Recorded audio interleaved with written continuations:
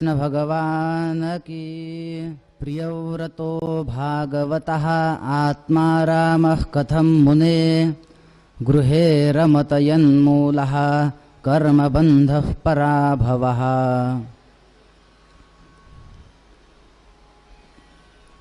गेल्या 4 दिवसांपासून मोठ्या आनंदामध्ये, मोठ्या उत्साहामध्ये आपण भगवंतांच्या लीलेचं चिंतन करत आहोत। काल आपण कशा प्रकारे ब्रह्मदेवाने सृष्टी केली, कशा प्रकारे भगवंतांनी ब्रह्मदेवाला 4 श्लोकामध्ये भागवत सांगितलं आणि त्या 4 श्लोकांचं महत्त्व काय आहे हे आपण बघितलं। 4 श्लोक ऐकल्यानंतर संपूर्ण भागवत ऐकल्याचं पुण्य मिळतं असं बरेच ठिकाणी सांगितलेलं आहे। त्यानंतर भगवंतांनी पृथ्वीचा उद्धार करण्यासाठी वराह अवतार घेतला। नेमकं वराह शब्दाचे अर्थ काय, वराह नेमकं कोणाला म्हणायचं ते आपण काल बघितलं। पुढे मनु आणि शतरूपा ब्रह्मदेवापासून उत्पन्न झाले।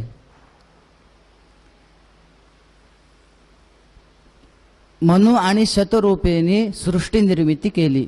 त्याच्यामध्ये 3 मुली आणि 2 मुलं, आकुती, देवहूती आणि प्रसूती या 3 मुली। आपण आकुती जी आहे ती ऋषी ऋषींना दिली असं बघितलं। त्यानंतर देवहूती जी आहे ती कर्दमांना दिली। मग कर्दमांनी विवाह करण्याच्या पूर्वी देवहूतीची कशी परीक्षा घेतली ते आपण बघितलं। ते 3 आसनं टाकले होते, मग ते आसनावर बसते का नाही ते बघितलं, वगैरे वगैरे। ते आपण काल सविस्तर बघितलं। प्रसूती नावाची जी कन्या आहे तिचा विवाह दक्षासोबत झाला। त्यांना सती नावाची मुलगी झाली आणि तिचा विवाह भगवान शिवशंकरांसोबत केला। पुढे शंकरांचा अपमान केल्यामुळे सती मातेने कशा प्रकारे आपल्या देहाचा त्याग केला हे आपण काल चरित्र बघितलं।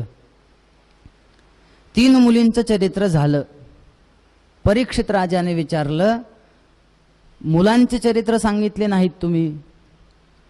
त्याच्यामध्ये आपण उत्तानपादाचं चरित्र बघितलं। त्याला 2 पत्न्या होत्या, सुरुची आणि सुनीती। नेमका सुरुची शब्दाचा अर्थ काय, सुनीती शब्दाचा अर्थ काय?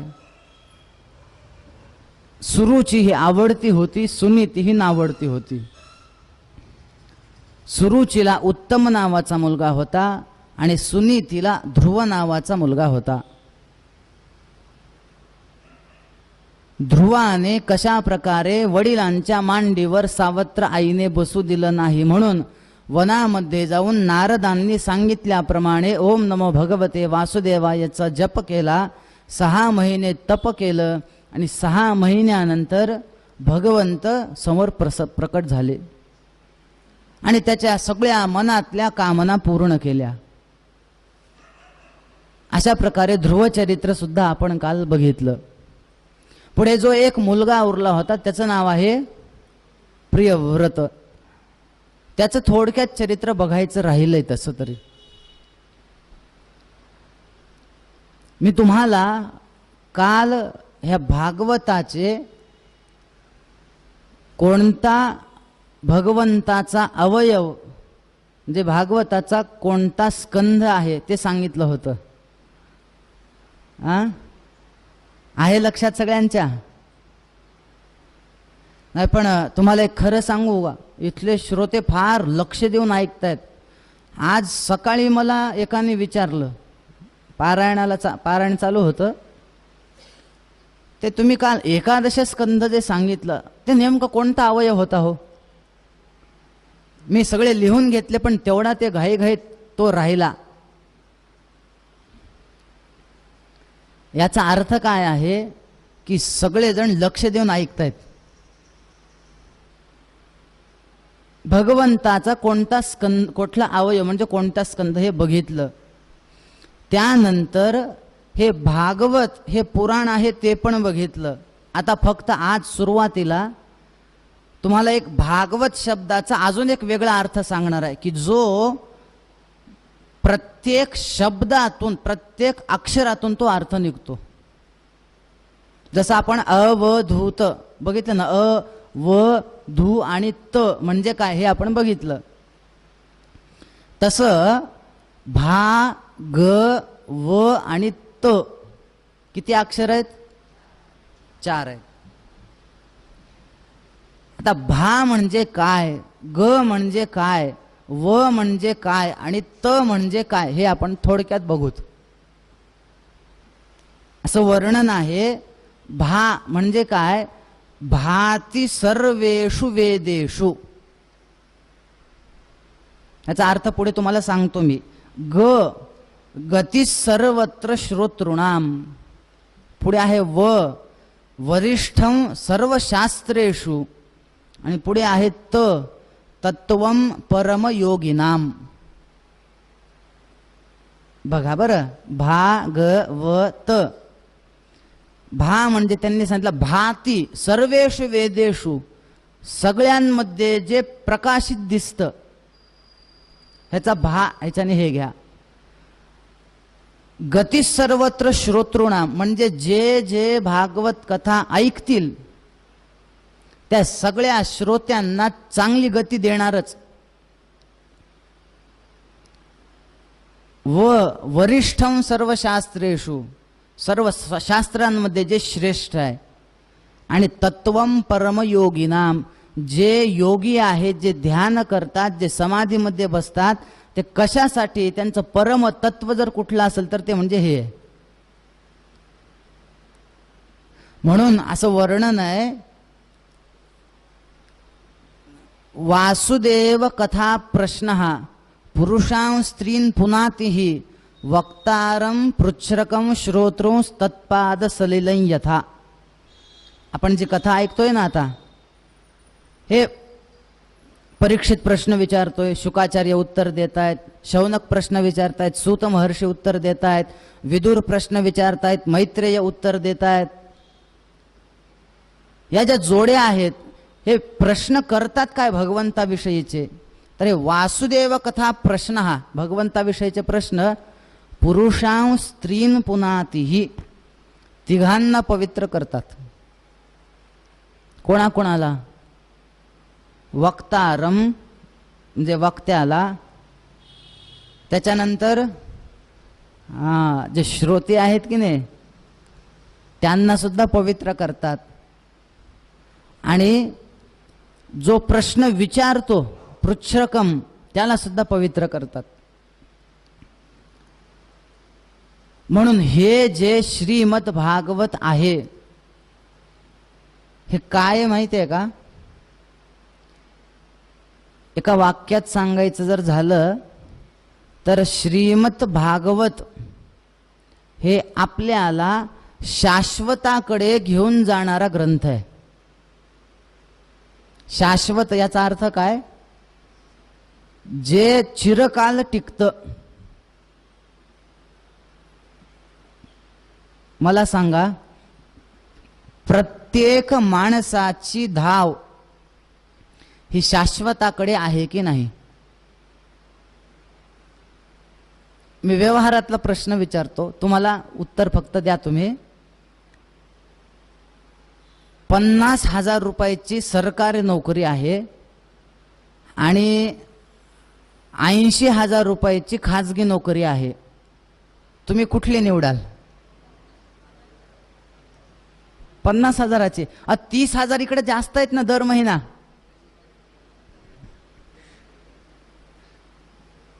तरी 50,000ची का बरं? पेन्शन. हा हा, म्हणजे काय झालं, माणसाची धाव कशाकडे, कळालं का तुम्हाला?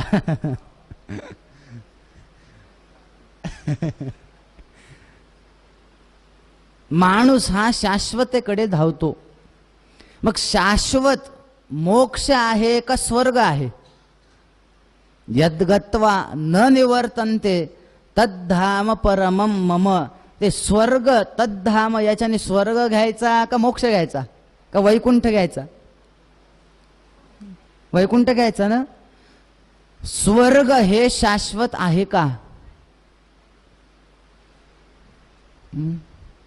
गीतेमध्ये काय सांगितले भगवंताने? 9वा अध्याय. लोक यज्ञ करतात म्हणे, कशासाठी? स्वर्ग मिळावा. त्रैविद्यामाम सोमपा पूतपापा यज्ञैरिष्ट्वा स्वर्गतिम प्रार्थयन्ते ते पुण्यमासाद्य सुरेंद्र लोकम अश्नन्ति देवान दिव्य दिव्य भोगान. ते सगळे भोग भोगतात स्वर्गातले, पण पुढे काय आहे? ते तम भोक्त्वा स्वर्गलोकम विशालम क्षीणे पुण्ये मर्त्यलोकम विशन्ति. एकदा का तुमचं पुण्य संपलं, इंद्र लाद घालतो हाकलून देतो म्हणे, निघा, झाला तुमचा खेळ इथला.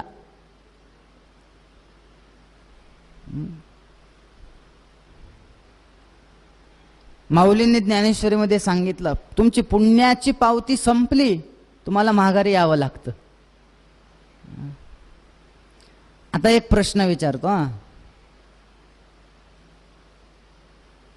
कोणाकोणाकडे मोबाईल आहेत? प्रश्न सोपा होता थोडा.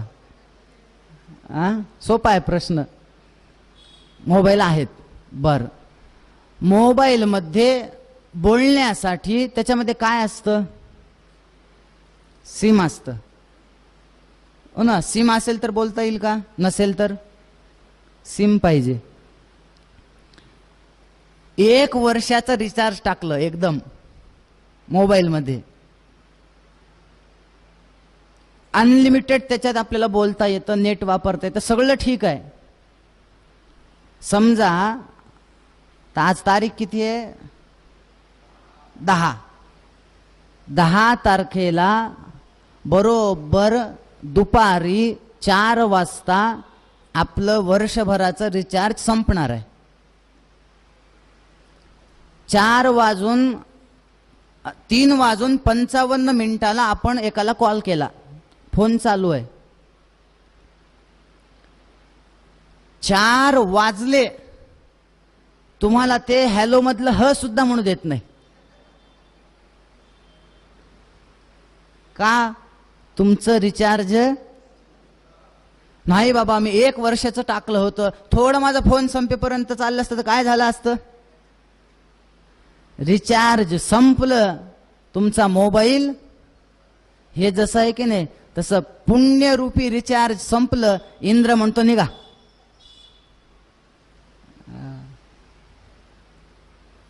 इंद्र राहू देत नाही. मी हे का सांगतोय तुम्हाला? तुम्ही बघा, तुम्ही व्यवहारामध्ये असं बरेच ठिकाणी दिसतं आपल्याला. 2 व्हीलर आहे, 4 व्हीलर आहे, 50 वर्ष झालं 2 व्हीलर मी एकच वापरतोय. पेट्रोल संपलं, 1 किलोमीटरवर पंप आहे. ती गाडी म्हणते का, जाऊ दे, तुम्हाला 50 वर्ष सोबत घेऊन फिरलायस, 1 किलोमीटर मी तुला घेऊन चालते, चल पंपापर्यंत. पेट्रोल संपलं, गाडी तिथंच बंद. तसं पुण्य संपलं, पुन्हा तुम्हाला माघारी यावं लागतं. मग भागवत करतं काय? शाश्वताकडे भागवत घेऊन जात. याचा अर्थ काय? भागवत आपल्याला त्या वैकुंठाची, त्या परमपदाची प्राप्ती करून देतं. आपण काल ध्रुवाचं चरित्र बघितलं, भगवंताचं नामस्मरण केलं. कसं तप केलं? त्रिरात्रांते त्रिरात्रांते कपित्त बदराशनहा. तीन दिवस फक्त बोर, कवटाचे फळ, त्याच्यानंतर असा महिना गेला, पुन्हा पाणी नाही, अमुक अमुक. तसं भगवंतांनी दर्शन दिलं. कशासाठी? देव काय म्हणाले? जा लवकर, तो ध्रुव मरेल, त्या ध्रुवाला दर्शन द्या. भगवंत म्हणाले मी ध्रुवाला दर्शन देण्यासाठी जात नाहीये, जाणार आहे मी तिथं, पण दर्शन देण्यासाठी नाही, ध्रुवाचं दर्शन घेण्यासाठी.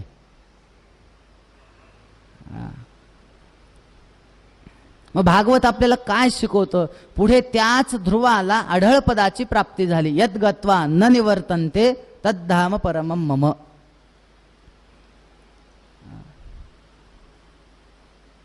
उत्तानपादाचा जो भाऊ आहे प्रियव्रत,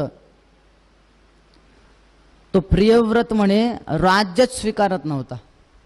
त्याला सांगितलं लग्न कर, राज्य स्वीकार. त्याने सांगितलं अजिबात मी लग्न करणार नाही. म्हणे का? मी जर विवाह केला, मी जर राज्याचा स्वीकार केला, तर मला संसारामध्ये पडावं लागेल. मी जर संसारामध्ये अडकलो तर मला परमात्म्याची प्राप्ती होणार नाही. त्याच्यामुळे मी स्वीकारणार नाही. ब्रह्मदेव तिथं येतात आणि ब्रह्मदेव त्या प्रियव्रताला समजून सांगतायत.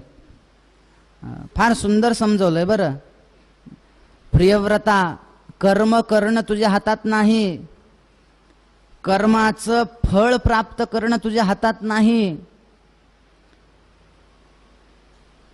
बैल ज्याप्रमाणे त्या दोरीने बांधलेला असतो, ती दोरी जसं त्या मालकाच्या हातामध्ये असते, तसं माणूस हा दोरीने बांधलेला आहे. ती दोरी भगवंताच्या हातात आहे.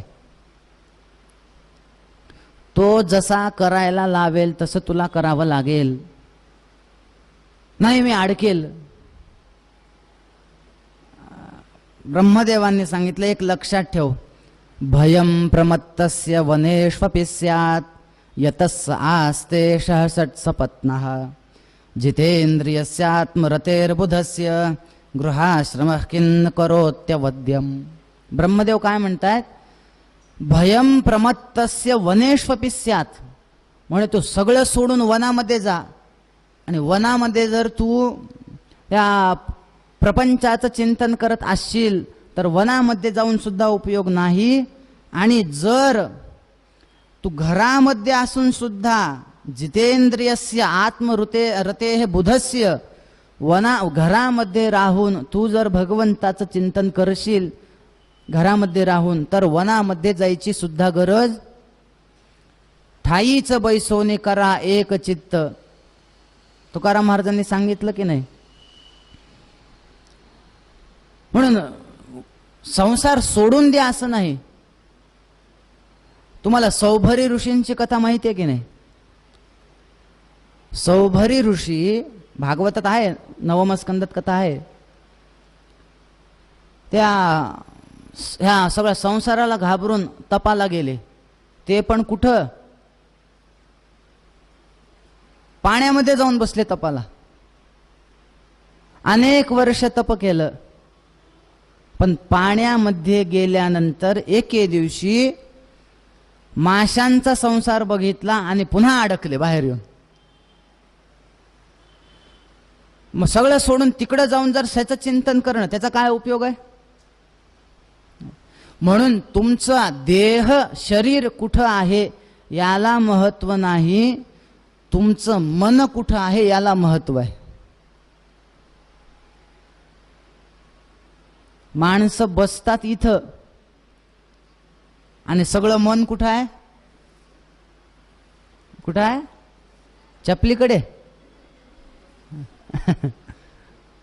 कथा ऐकताना कोण कोण कुठं जाईल काहीच सांगता येत नाही. आणि तुमचंच काय, प्रत्येक कथाकाराचं सुद्धा तसंच आहे. आता वाटतं आपण इथं इंदोरमध्ये कथा चालू आहे, पुढची कथा आळंदीला आहे, तर आळंदीला तिथं काय बोलायचं ते आत्ता मनात येत असतं.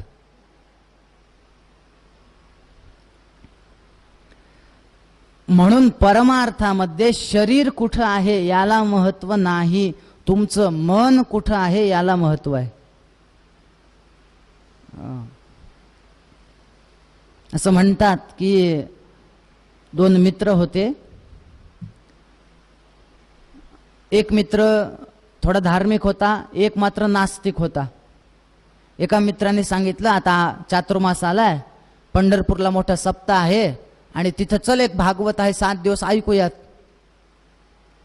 मित्रांनी काय सांगावं दुसऱ्या, अरे तिकडं काय म्हणे त्या पंढरपूरला, आता आपल्या गावामध्ये एक जत्रा भरती म्हणे आणि त्याच्यामध्ये न रात्री एवढे भारी असे डान्सचे कार्यक्रम असतात म्हणे, लांबून लांबून नाचणारे येतात, आपण तिकडे जाऊत. मित्र कशाला म्हणतात? मित्राचं लक्षण माहिती आहे का? जो चांगला वागू लागला, दुसरा येणार आणि त्याला बिघडवणार, त्याला म्हणायचं मित्र. हेच लक्षण आहे का मित्राचं? मित्र कुणाला म्हणायचं? आजकाल बरेच ठिकाणी असं म्हणतात, आता आम्हाला बरेच ठिकाणी असं बोललं जातं, महाराज कथा झाली ना, गुरुजी मुलाला काही आशीर्वाद द्या. म्हणलं काय झालं? सगळं चांगलं आहे हो, देवदेव पण करतो, पण थोडं मित्राच्या नादामध्ये लागला आणि बिघडलाय. काय करावं? सगळं चांगलं आहे पण मित्र चांगले नाहीत. मित्र करतातच तसं. जो निर्व्यसनी आहे त्याला म्हणणार तू काहीच खात नाहीस? नाही. काय तू? आमचे एक शिक्षक आहेत, त्यांनी सांगितलं मला शाळेमध्ये कोणीच चांगलं बोलत नाही, कुठलेच शिक्षक चांगले बोलत नाहीत म्हणे. का बरं? त्यांनी सांगितलं काय सांगावं, आमच्या शाळेतले ना ते सगळे शिक्षक थोडं शाळा सुटली की पार्टी करतात म्हणे आणि मी काय त्यांच्या पार्टीमध्ये सहभाग घेत नाही, म्हणून सगळे मला हे करतात. म्हणजे सगळेच शिक्षक असे असतात असं नाही, पण काही काही असतात. पण मग याला मित्र म्हणायचं का? तू काही खात नाही ना, हे बघ फक्त तू ना एकदा सुपारी खाऊन बघ. मग पुन्हा म्हणायचं अरे आता किती दिवस सुपाऱ्या, लहान आहेस? मग थोडे हळूहळू बिड्या वडून बघ. मग बिड्या वडायच्या. आता किती दिवस बिड्या? मग एकदा फक्त मद्य पिऊन बघ, दारू पिऊन बघ. त्याला एकदा सवय लागली, नंतर मित्रांनी सांगायची गरज नाही दारू पी म्हणून. म्हणून मित्राचं खरं लक्षण काय आहे? पापान निवारयति योजयते हिताय, गुह्यंच गुहति गुणान प्रकटीकरोति, आपदगतम न च जहाति ददाति काले, सन्मित्र लक्षणमिदं प्रवदन्ति संतः. त्याला मित्र म्हणा. कुणाला? पहिलं लक्षण केलंय त्यांनी, पापात निवारयति योजयते हिताय. जर एखादा आपला मित्र पाप करू लागेल तर त्याला सांगावं आपलं हित कशात आहे.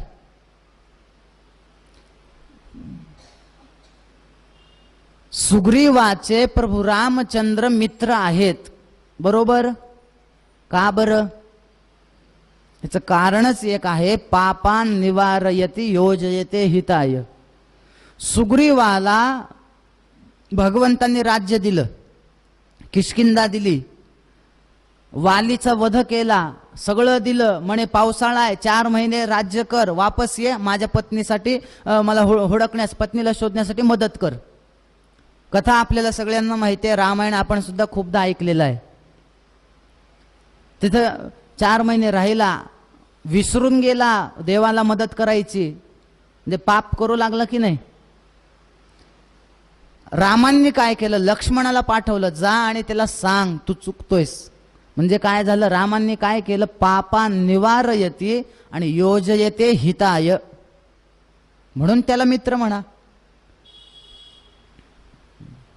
ह्या मित्रांनी सांगितलं चल म्हणे, चल तूच आपण ह्याला जाऊयात, तिकडं छानपैकी रात्री डान्स वगैरे आपल्या गावाजवळ, तिकडं चल. त्यांनी सांगितलं नाही. दोघे गेले, एक पंढरपूरला गेला, एक इकडं त्या डान्सला गेला. सगळं सुरू झालं. इकडं पंढरपूरमध्ये कथा सुरू झाली. इकडं डान्स सुरू झाला आणि अचानक ती काय कथा तेवढी रंगली नाही, गरमी होऊ लागली. मग त्या मित्राने विचार केला, तो मित्र म्हणत होता माझा दुसरा, तिथं ते डान्स बघायला जाऊयात. काय माझं नशीब माझ्या डोक्यात आलं की इकडे येऊन बसलो कथेला. ते डान्स बघायला गेलो असतो तर बरं झालं असतं. आणि योगायोग असा झाला ते तिकडं डान्स पण चांगला रंगला नाही म्हणे. तो म्हणू लागला काय माझं नशीब फुटलं. तो मित्र म्हणू लागला आपण पंढरपूरला चल म्हणून. कथा कशी का असणार, कथा झाल्यावर जेवण तर होतं. तिकडे गेलं तर बरं झालं असतं. तर काय करावं काय करावं. काय दैवयोग असेल, योगायोग, प्रारब्ध म्हणा, काही म्हणा, त्याच वेळेस दोघांचाही मृत्यू झाला. वर गेले. त्या यमाने सांगितलं यमदूतांना, एक काम करा, जो कथेला गेला होता त्याला नरकात पाठवा आणि जो तो डान्स बघायला गेला होता त्याला मोक्ष द्या.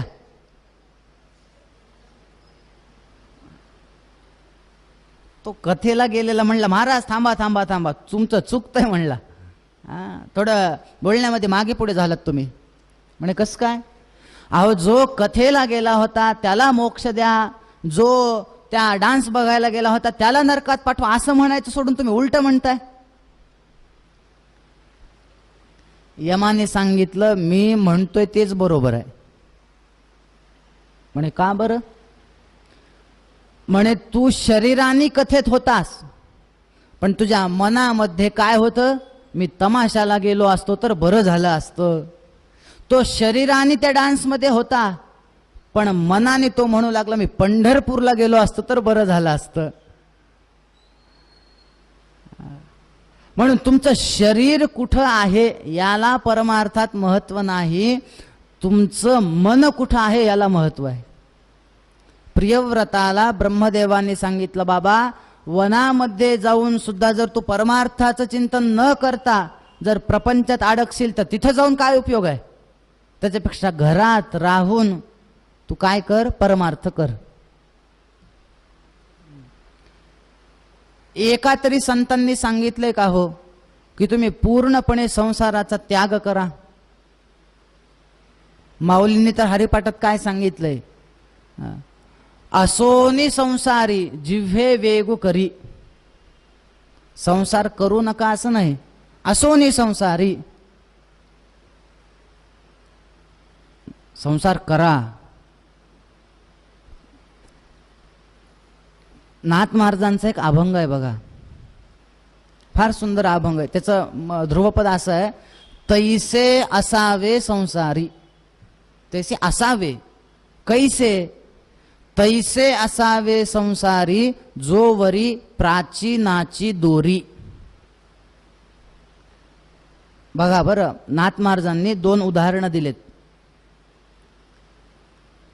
पक्षी अंगणी उतरती ते का गुंतोनी राहती, तैसे असावे संसारी जोवरी प्राचीनाची दोरी.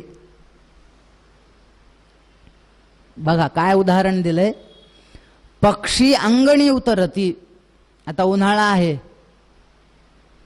तर उन्हाळ्यामध्ये आपण बरेच पदार्थ करतो, वाळू घालतो, काय काय करतो सांगा बरं. इकडचे नाव तरी सांगा मला, खाणं तर दूरचीच गोष्ट आहे. पापड करतात, अजून बापरे एवढे पदार्थ करतात का. चिप्स करतात, बटाट्याचे पापड करतात, साबुदाण्याचे पापड करतात.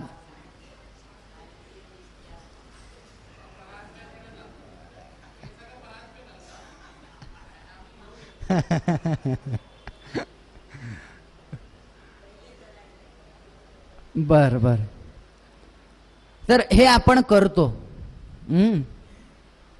नाही मी तुम्हाला का विचारलं, त्याचे मला नाव माहिती होते पण म्हणलं लोक कोणी झोपला असेल तर जाग होईल नाव सांगण्यात तरी. मला काय माहिती नव्हतं काय पापड कसे करतात. बघा बरं, सगळे उठले तसं झोपलं नव्हतं कोणी. हा.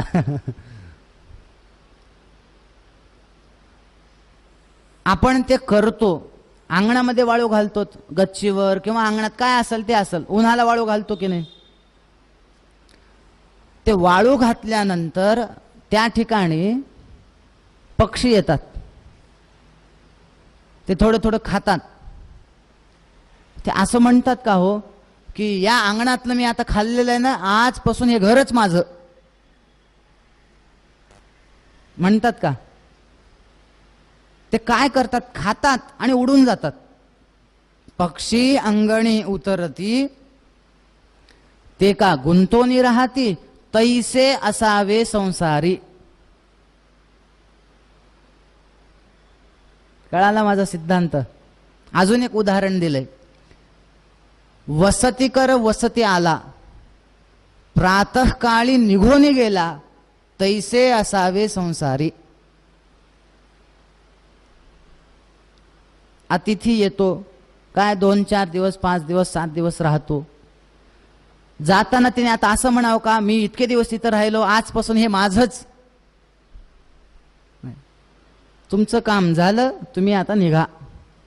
तसं आपण आपले कर्म भोगण्यासाठी आलोत, त्या कर्माचा उपभोग घ्या. आणि म्हणून संसार करू नका असं नाही, फक्त संसारामध्ये अडकू नका.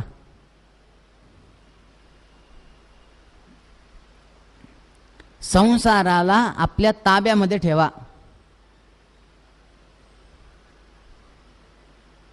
थोडक्यामध्ये सांगायचं तर आपण संसारात असावं, पण आपल्यामध्ये संसार नसावा. अगदी सूक्ष्म विचार करा.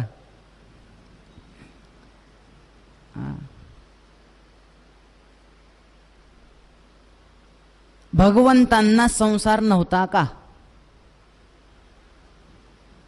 भगवंताला पत्नी नव्हत्या का? 16,108. फक्त फरक एवढाच आहे की त्या सगळ्या 16,108 भगवंताच्या ताब्यात होत्या. मी पुढचं बोलत नाही.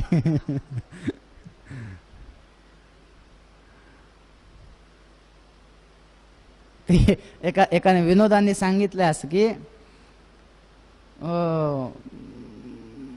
ते एका राजाने म्हणे गावामध्ये एक बातमी हे करायला सांगितली की आपल्या गावामध्ये बायकोचं ऐकणारे किती आणि बायकोचं न ऐकणारे किती, उद्या एक रांग करायला सांगा म्हणे.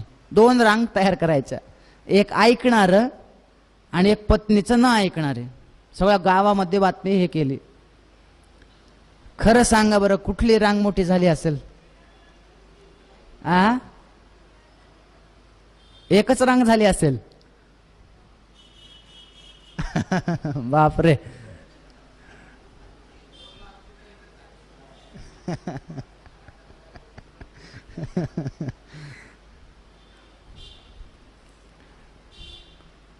असं समजा ते राज्य इंदोर सारखंच होतं मग. तिथं सुद्धा अशी एकच रांग, एवढी लांब. कुठली रांग? सगळेजण पत्नीचं ऐकणारे. राजा म्हणाला, काय आपलं राज्य आहे बाबा, सगळेच बायकोचं ऐकणार आहेत, एकही नाही का इकडचा न ऐकणारा? 1-2 तास झाले, रांग वाढत गेली वाढत गेली. राजा म्हणाला, काय लोक आहेत आपल्या राज्यातले हे. तेवढ्यामध्ये एक माणूस आला आणि बायकोचं न ऐकणाऱ्याच्या रांगेत थांबला. राजाला वाटलं, वा वा वा वा, एक तरी आला म्हणे या रांगेत. त्याच्या जवळ गेले. काय रे म्हणे, तू ऐकत नाहीस बायकोचं? त्याने सांगितलं, कोण म्हणते मी ऐकत नाही? मग या रांगेत का थांबला? तुला माहिती नाही ही रांग कशाची आहे? म्हणे माहिती आहे, ही रांग पत्नीचं न ऐकणाऱ्याची आहे. तरी का थांबलास या रांगेत? त्या माणसाने सांगितलं, काय सांगा म्हणे महाराज तुम्हाला, घरून निघालो होतो की बायकोचं ऐकणाऱ्याच्याच रांगेत थांबण्यासाठी, जाता जाता माझ्या बायकोनी धमकी दिली म्हणे, त्या रांगेत थांबला तर बघा बायकोचं न ऐकणार रांगेत थांबा. आता ह्याला ऐकणार म्हणावं की न ऐकणार. शेवटी त्या प्रधानाने राजाला विचारलं, महाराज तुम्हाला असा प्रश्न का पडला अचानक, ऐकणारे की ते न ऐकणारे? राजाने सांगितलं मलाही माहिती नाही म्हणले, माझ्या बायकोने विचारायला सांगितले. यथा राजा, याचा अर्थ असा नाही बरं की उद्यापासून आम्ही सुद्धा इकडचीच रांग मोठी करून दाखवतो. एक विनोद म्हणून तुम्हाला सांगितलं मी. वस्तुतः पत्नीचं ऐकू नये असं नाहीये. शास्त्रकारांना काय सांगायचंय, गुरुर्न सस्यात स्वजनो न सस्यात. म्हणे जर आपली पत्नी परमार्थामध्ये जर आड येत असेल तर तिचं ऐकू नये. तिचंच काय, मग तर शास्त्रकारांनी भागवतात पंचमस्कंदात वर्णन आहे, तिचंच कशाला, गुरुचं ऐकू नये. पिता न सस्यात स्वजनी न सास्यात. आईचं ऐकू नये, वडिलांचं ऐकू नये, जी आपल्याला परमार्थामध्ये आड येईल. म्हणून भगवंतांनाही संसार होता, भगवंतांनाही पत्न्या होत्या, फक्त त्यांनी तो संसार ताब्यामध्ये ठेवला. मी हे का सांगतोय तुम्हाला की तैसे असावे संसारी. परमार्थ करण्यासाठी सुद्धा शरीर पाहिजे. शरीर आलं की संसार आला. वारी करण्यासाठी शरीर पाहिजे की नाही पाहिजे. हे सगळं त्याला समजून सांगितलं. कुणाला? प्रियव्रताला. कोणी? ब्रह्मदेवाने. मग थोडं त्याच्या डोक्यामध्ये प्रकाश पडला. तुम्ही म्हणताय ते बरोबर आहे, मग मी करतो विवाह. त्यांनी विवाह केला, राज्य सांभाळलं, बराच काळ राज्य केलं. त्यानंतर त्याला एक मुलगा झाला, त्याचं नाव आहे अग्निध्र. सगळं राज्य त्याला दिलं, तो निघून गेला. त्या अग्निध्राला मुलगा झाला नाभी. त्या नाभीला जो मुलगा झाला त्यांचं नाव आहे ऋषभदेव.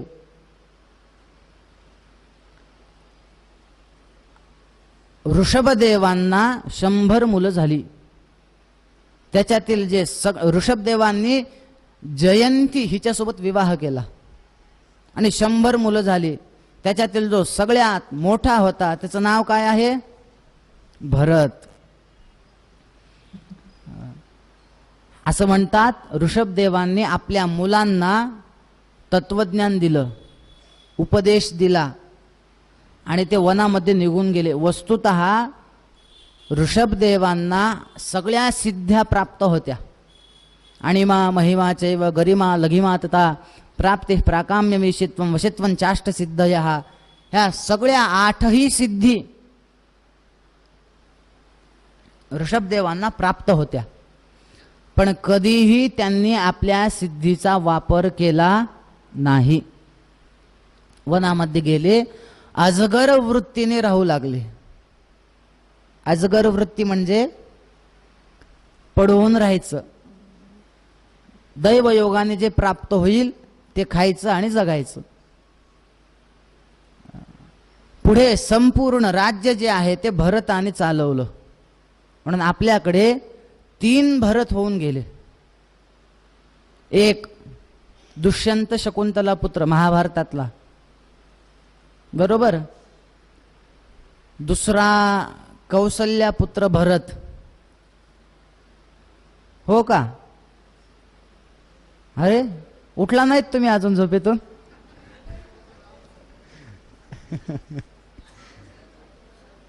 हा, हो. मग सगळेजण शांत ऐकतायत तुम्ही. मी मुद्दाहून म्हणलो कौसल्या पुत्र भरत. दुसरा कैकेयी पुत्र भरत. नक्की कैकेयी फायनल करूत ना? ठीक आहे. मी तेच म्हणतोय, कौसल्य पुत्र भरत म्हणलं तरी हो हो म्हणतायत. आणि तिसरा म्हणजे हा ऋषभदेव पुत्र भरत. याच भरतावरून आपल्या देशाला भारत असं नाव पडलं. इतकं सुंदर त्यांनी राज्य केले. आमचे गुरुजी आम्हाला नेहमी सांगायचे, या 3 भरतांमध्ये फरक काय? दुष्यंत शकुंतला पुत्र जो भरत आहे तो शक्तीचं प्रतीक आहे, बलाचं प्रतीक आहे. कैकेयी पुत्र जो भरत आहे तो भक्तीचं प्रतीक आहे. आणि ऋषभदेव पुत्र भरत जो आहे तो नीतीचं प्रतीक आहे. भरताने राज्य केलं, नंतर कंटाळा आला, हरिहर क्षेत्रामध्ये तपासाठी गेला, तप केलं, अनेक वर्ष तप केलं. एके दिवशी गंडकी नदीच्या तिथं त्या क्षेत्रामध्ये अर्घ्यदान देत असताना, त्या पाण्यामध्ये असताना अचानक इकडं असं झालं, एक हरिण, आपल्याला कथा माहिती आहे, ते सिंहाचे डरकळे ऐकले, ते हरिण नदीतून उडी मारू लागले, ते पाडस गळा गर्भातून खाली पडलं, ते वाहत वाहत ह्या भरताच्या हाताला लागलं. हे ते बघितलं, अरे ह्याची आई बिचारी पाण्यात पडली, मेली, मग आता ह्याला कोण सांभाळणार? म्हणजे मी सांभाळतो. त्याला घेतलं, उठता बसता त्या पाडसाकडेच लक्ष, ह्याने खाल्लं असेल की नाही, ह्याने पिला असेल की नाही, मग ह्याला भूक लागली असेल, ह्याला काय आवडत असेल, आता मी गेल्यानंतर ह्याचं कसं? बऱ्याच जणांना वाटतं बघा, मी गेल्यानंतर ह्याचं कसं? आणि हा म्हणत असतो काहीच आडत नाही माझं, तू एकदा जा. कोणी कोणावरून आडत, पण उगाच वाटत असतं मी गेल्यावर कसं. भरत म्हणू लागला, मी गेल्यावर हे हरणाचं कसं, मी गेल्यावर हरणाचं कसं. म्हणून बघा, एवढे वर्ष त्यांनी तप केलं होतं, घराचा त्याग केला होता, घरामध्ये अडकेल म्हणून वनात आला आणि वनात येऊन अडकला.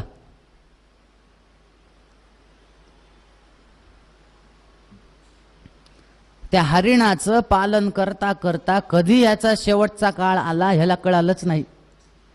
हरिण हरिण मनामध्ये करत करत प्राणाचा त्याग केला. पुढचा जन्म, म्हणून बघा, मरताना कोणाचं चिंतन करावं?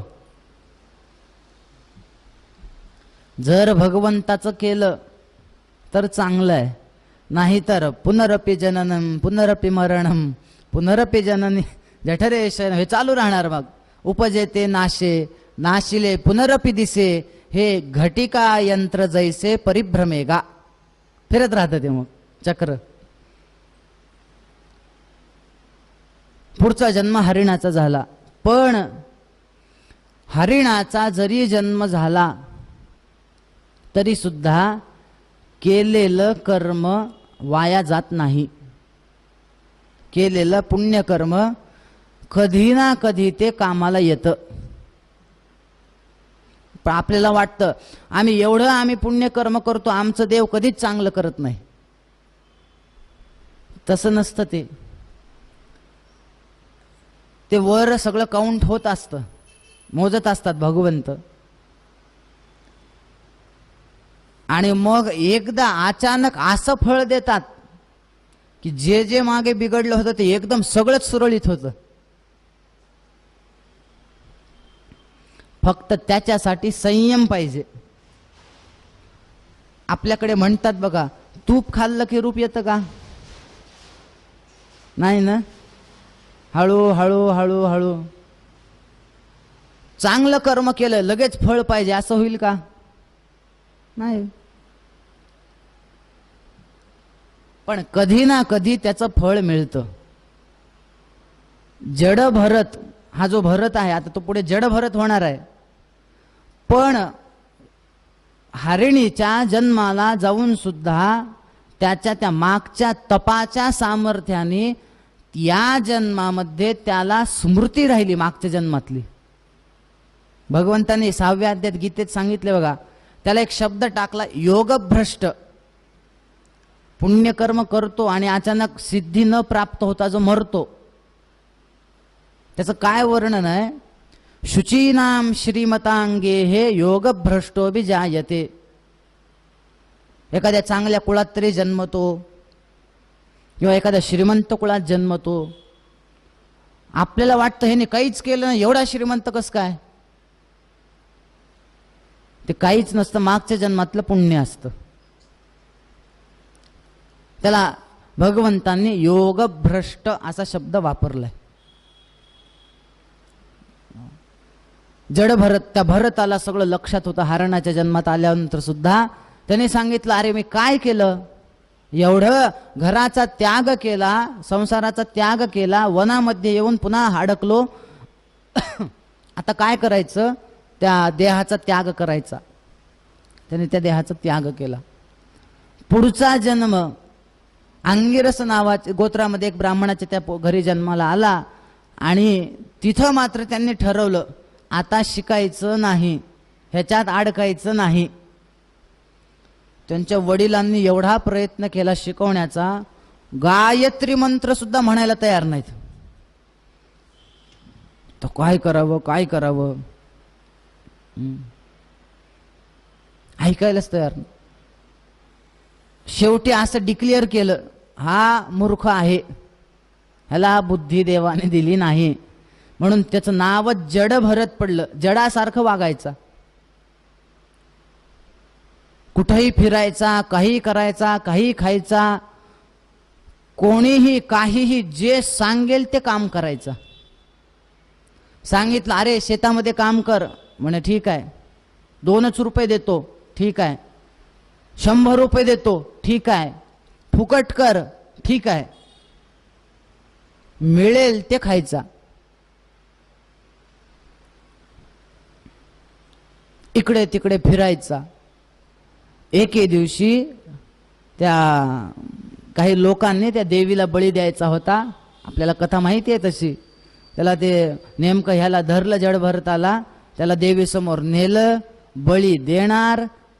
तेवढ्यामध्ये साक्षात त्या मूर्तीतून भद्रकाली बाहेर आली आणि जे त्या भरताला मारत होते त्यांनाच देवीने मारून टाकलं. तरी सुद्धा त्या जड भरताला आपण वाचलोत याचा आनंद नाही ना दुःख नाही. चला निघाले पुढे तसंच. इकडं तिकडं फिरायचे आणि एकदा फिरत असताना एका राजाची समोरून पालखी जाऊ लागली आणि एक भोई त्याला कमी पडू लागला. कोणता राजा होता हो? हा, रहुगण राजा होता. एक भोई कमी पडतोय, कोणाला पकडावं, कोण भेटेल, कोण भेटेल, तेवढ्यामध्ये नेमका हाच भेटला. धरलं याला. आणि हे जड भरताचं कसं होतं, चांगला मजबूत होता. आपल्याला वाटतं चांगलं खायला मिळालं की माणसाची तब्येत चांगली होती, भरपूर खायला मिळालं की. बरेच जण भरपूर खातात पण उदबत्ती छाप राहतात, आणि काही जण थोडंच खातात पण अशी तब्येत असते. का बरं? ते अंगीच लावून घेत नाहीत. खाता खाता टेन्शन, कसं होईल काय होईल, कसं होईल काय होईल. काही जण असे, आणि काही जण काय व्हायचे ते उद्या, आधी जेवण होऊ द्या. बस आरामात जेवायचं, होईल ते होईल. या भरताला टेन्शनच नव्हतं ना कशाचं.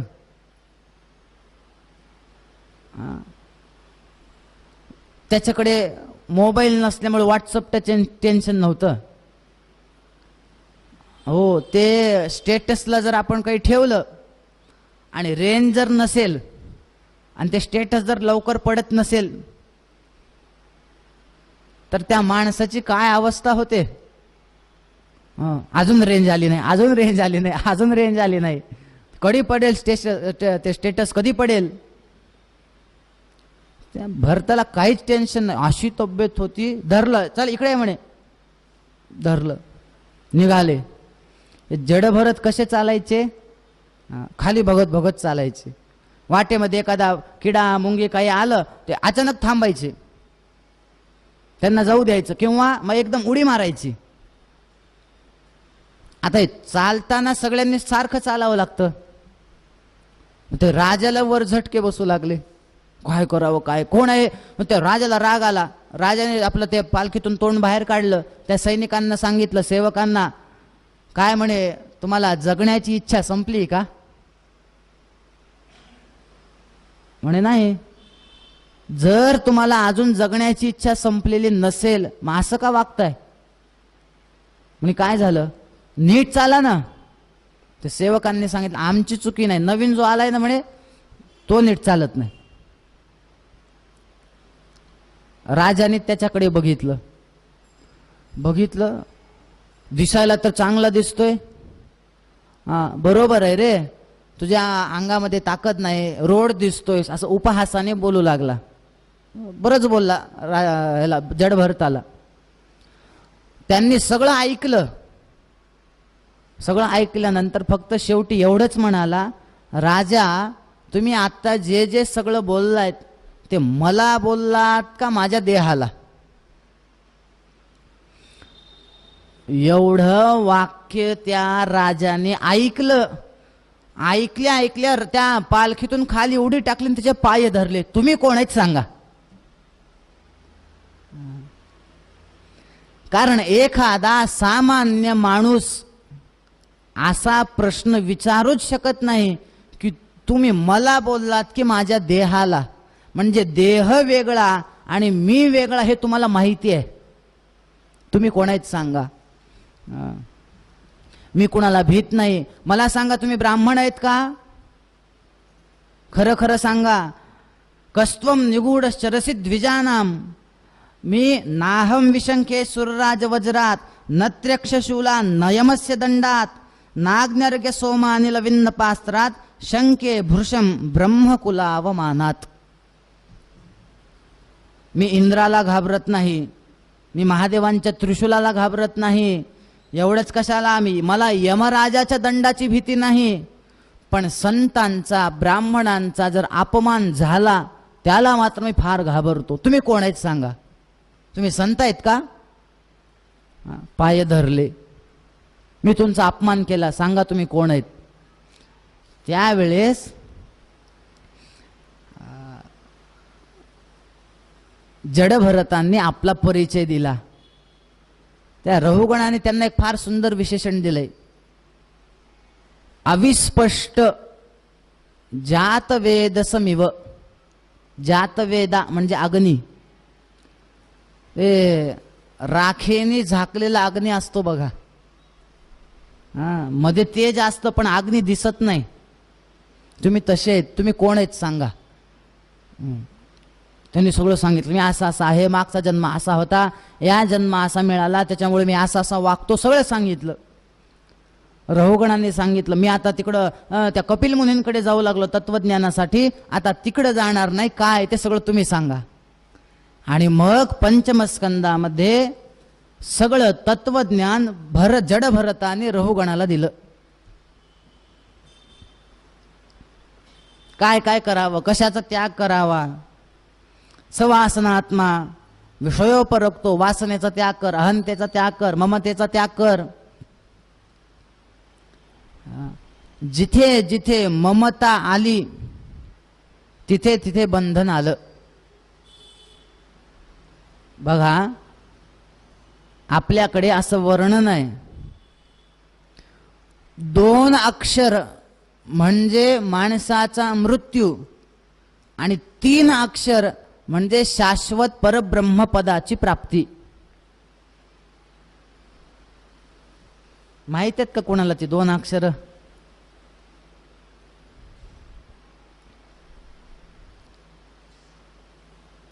बघा, द्व्यक्षरस्तु भवेन मृत्यु त्र्यक्षरम ब्रह्म शाश्वतम. द्व्यक्षरस्तु भवेन मृत्यु, 2 अक्षर मृत्यू.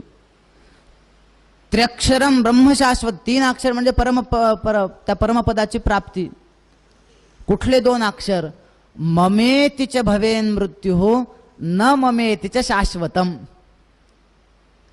मम ही 2 अक्षर म्हणजे मृत्यू आणि न मम ही 3 अक्षर म्हणजे शाश्वत परब्रह्माची प्राप्ती. मी माझं असं आलं की दुःख आलं. काल मी सांगितलं ना, चप्पल गेल्याचं दुःख आहे का माझी चप्पल गेल्याचं दुःख आहे?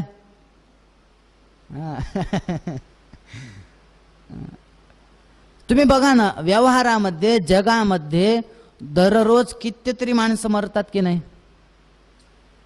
मरतात. दुःख आहे आपल्याला नाही. जवळचं कोणी गेलं की का बरं? माझ संबंध काहीतरी आला. जिथे संबंध येईल तिथे दुःख आहे. एकदा असं झालं म्हणे की एक पती पत्नी आनंदाने राहायचे, रस्त्याने जाऊ लागले, घरी गेले. एके दिवशी नवरा एकटाच बाहेर जाऊ लागला चालत. अचानक का साडीच्या दुकानदाराने त्या नवऱ्याला थांबवलं. ओ इकडे या म्हणे. काय? चला काढा 4,000 रुपये.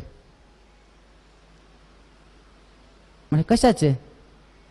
मी काहीच घेतलं नाही तुझ्याकडून. 4,000 कशाचे? म्हणे तू घेतलं नाही, पण काल तुझी बायको आली होती, 4,000 रुपयाची एक साडी घेऊन गेली आणि बिल नवऱ्याकडून घ्यायला सांगितलंय. चला द्या 4,000.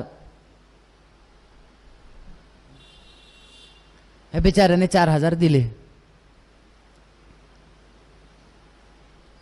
4 दिवसानंतर पुन्हा त्या समोरून जाऊ लागला दुकानाच्या. पुन्हा त्या दुकानदाराने आवाज लावला, ओ इकडे या. म्हणे काय? अजून 4,000 काढा. म्हणे कस काय?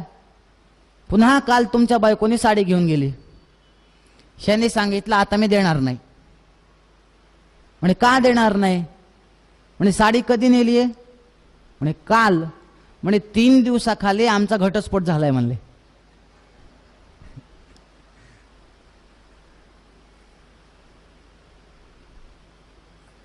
त्याला साडीचे पैसे कुठपर्यंत द्यायचे होते? संबंध आहे तोपर्यंत. याचा अर्थ असं नाही बरं की आता घटस्फोटच करायचा, साडी द्यायची. हो ना, अर्थ कसे कोण काढतील काय सांगावं.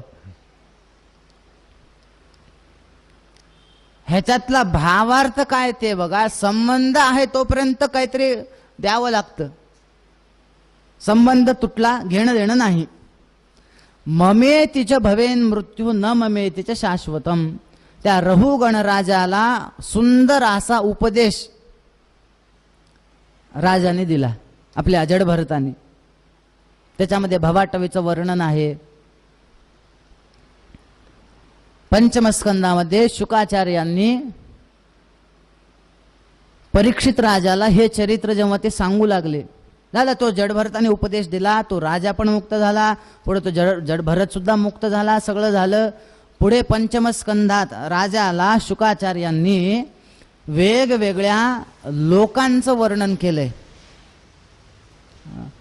खाली काही लोक आहेत, वर काही लोक आहेत. भू भुवः स्वहा महाजनः तपः सत्यम अतल वितल तलातल रसातल पातल इत्यादी खाली लोक आहेत.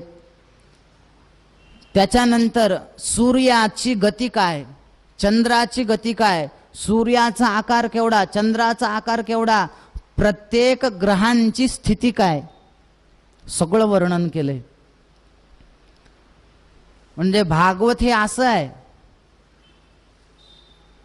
भागवतामध्ये जर तुम्हाला ज्योतिषाचा जरी अभ्यास करायचा असेल, फक्त भागवताचा अभ्यास केला तरी तुमचा ज्योतिषाचा अभ्यास पक्का होईल. सगळ्या ग्रहांची स्थिती दिली आहे. कोणता ग्रह कसा आहे, त्याचा आकार केवढा आहे, सगळं वर्णन दिलंय. त्याच्यानंतर आपल्या भारतवर्षाचं जम्बूद्वीपाचं वर्णन आलेलं आहे. जम्बूद्वीप कसा आहे, वेगवेगळ्या द्वीपांचं वर्णन आहे, पर्वतांचं वर्णन आहे, नद्यांचं वर्णन आहे, महानद्या कुठल्या, छोट्या नद्या कुठल्या, सगळे नावं दिलेले आहेत. सूर्य किती वेगाने पळतो, एका दिवसात तो किती फिरतो, आणि सगळ्या लोकांचे वर्णन करत असताना एका अध्यायामध्ये नरक लोकाचं वर्णन केलं. किती नरक आहेत माहिती आहे? काही ठिकाणी 21 सांगितलेत, काही ठिकाणी 28 नरक सांगितलेत. मी ते मुद्दाहून नरकाची नावं सांगत नाही. काय असतं माहिती आहे का, सांगायला गेलं की कुठल्या ना कुठल्या नरकात आपण सापडतोच.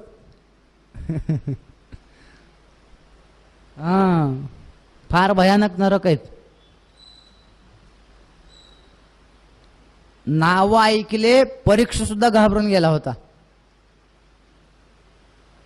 नाव सांगू का नरकांची? सांगू? तामिश्र, अंधतामिश्र, रौरव, महारौरव, कुंभीपाक, कालसूत्र, आसिपत्रवन, सूकरमुख, अंधकूप, कृमिभोजन, संदंश, तप्तसूर्मी, वज्रकंटक शाल्मली, वैतरणी, पूयोद, प्राणरोध, विशसन, लालाभक्ष, सारमेयादन, अवीची, अयःपान, क्षारकर्दम, रक्षोगण भोजन, शूलप्रोत, दंदशूक, अवटनिरोधन, पर्यावर्तन आणि सूचीमुख. हे 28 नरक सांगितलेत. आता कोणतं पाप केल्यानंतर कोणत्या नरकात जातं ते सांगितलंय.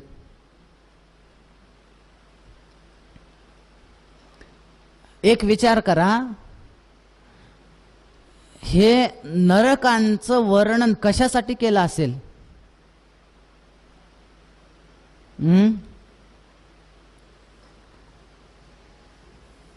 याचा मागचा हेतू काय? असे जर पाप कर्म केले तर वर गेल्यानंतर अशी शिक्षा भेटते, हे आत्ताच दाखवण्यासाठी नरक वर्णन आहे. पुन्हा म्हणून आम्हाला माहिती नव्हतं असे पाप केल्यावर असं असतं आणि आधी वाचायचं. हे तर गरुड पुराण सगळ्यांना माहिती आहे की नाही? गरुड पुराण ते तो माणूस मेले की त्याच्या समोर वाचतात. अरे तो मेल्यानंतर त्याच्या समोर कितीही वाचलं, आपण जिवंत असताना त्याच्यात काय ते आधी वाचा, मग माणूस ते पाप करायला घाबरेल. असं वागलं तर असं होतं बाबा, आधी वाचावं. लोक तर बरेच जण नाही गरुड पुराणाचं नाव सुद्धा घेऊ नये, गरुड पुराण घरात सुद्धा ठेवू नये. रामायण घरात ठेवू नये म्हणतात. का? रामायण घरात ठेवलं तर घरात रामायण होतं म्हणे. तर काय कमाल झाली.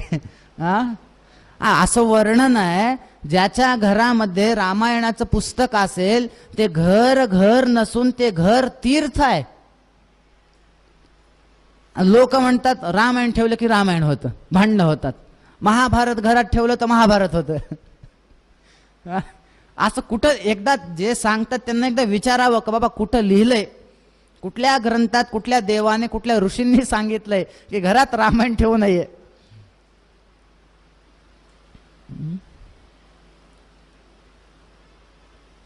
हे आपले धार्मिक ग्रंथ आहेत, घरात ठेवू नये इथपर्यंत. तसं नाही.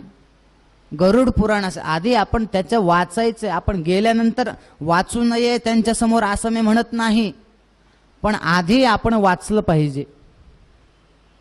काय आहे, कशासाठी आहे. जो विनाकारण दुसऱ्याचं धन लुटायचा प्रयत्न करतो त्याला तामिश्र नावाच्या नरकात जावं लागतं. जो आपल्या आई वडिलांना मारेल त्याला रौरव नावाच्या नरकात जावं लागतं. जो आई वडिलांना वृद्धाश्रमात टाकेल,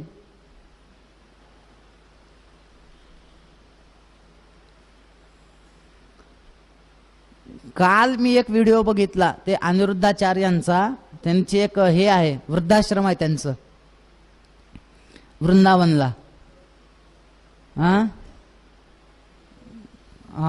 फार त्यांचा काल व्हिडिओ आला. ते एक आजी होत्या, मरायला टेकल्या होत्या, अंतिम श्वास चालू होते. त्यांनी त्यांच्या मुलाला फोन लावला, म्हणे तुमची आई जात आली, या लवकर. त्या मुलाने सांगितलं म्हणे मला वेळ नाही. तुमच्याकडे टाकलंय कशाला म्हणे. मग जो आपल्या आई वडिलांना वृद्धाश्रमामध्ये टाकेल त्याला सुद्धा असं समजा आसीपत्र वन नरकात जावं लागतं. तिथं काय असतं? आसीपत्र वन. आसी म्हणजे तलवार. असं चालायला लावतात आणि अशी फुलं टाकलेले नसतात तिथं, अशा उभ्या तलवारी असतात, त्याच्यावर चालायचं. पायाला किती मऊ लागतं हो त्याच्यावर चालल्यावर.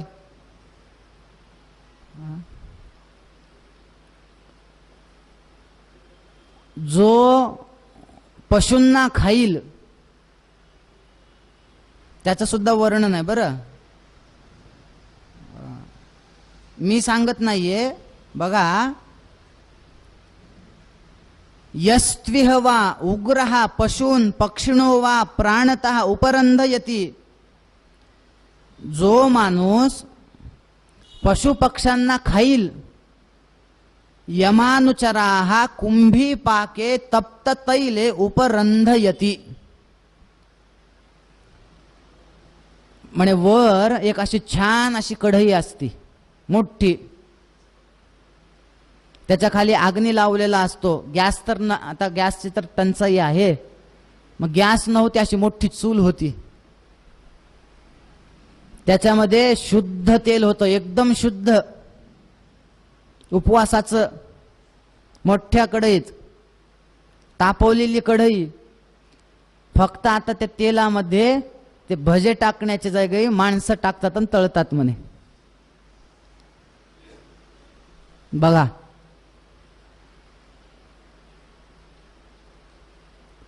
जो परस्त्रीकडे वाईट भावनेने बघेल, तिथं वर एक असं लोखंडाचा खांब असतो म्हणे, आणि तो खांब लाल असतो.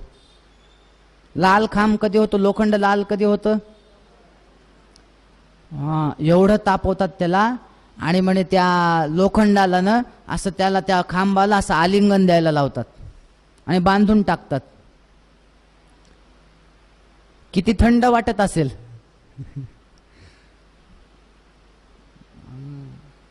एवढे भयानक नरक आहेत. ते सापाच्या कोठडीत टाकून देतात, अमुक तमुक.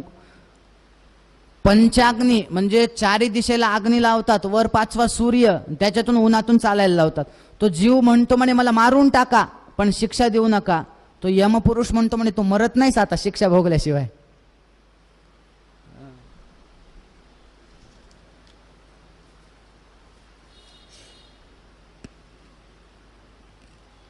हे सगळे त्या नरकाचे वर्णन जेव्हा परीक्षिताने ऐकले, परीक्षित घाबरला. त्याने विचारलं शुकाचार्यांना, आचार्य मला एक सांगा, या जगामध्ये असं एकतरी माणूस आहे का हो तो पाप करत नाही? जन्माला आलेला माणूस कधी ना कधी चुकतो, कधी ना कधी त्याच्याकडून पाप घडतात.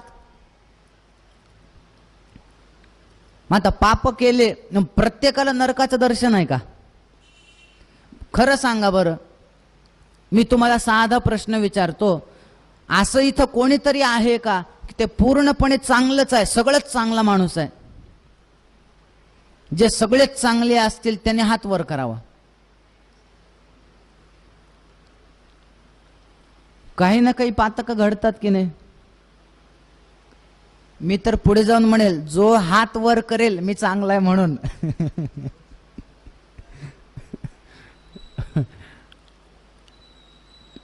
कोणीच चांगलं नाहीये, सगळं बरं. आता दुसरा प्रश्न, इथं असं कोणी आहे का त्यांनी हात वर करावं की मी सगळंच वाईट आहे? आहे कोणी? अहो वाईट असतो तर आपण कथेला आलो असतो का? आपण चांगले पण नाहीत, आपण वाईट पण नाहीत, असं समजा. हे बघा, तुम्हाला इथलं उदाहरण देतो. 8 वाजता कथा संपली, तुम्ही इथून जेवण वगैरे करून बाहेर गेलात. बाहेर पडल्या समोर वाटेमध्ये 2 मूर्ती पडलेल्या दिसल्या. एक होती रावणाची आणि एक होती रामाची. दोन्ही पैकी एकच आपल्याला मूर्ती उचलायची आहे. आपण कुठली उचलू? रामाची. म्हणजे आपण चांगले ना? आता उत्तर हे फायनल ठेवा बरं. मूर्ती कुठली उचलणार? उत्तर बदलायचं नाही. मूर्ती रामाची उचलणार. आपण चांगले, वाव, रामाची उचलणार. आता समजा ती रामाची मूर्ती होती दगडाची आणि रावणाची मूर्ती होती सोन्याची. आता कुठली उचलाल?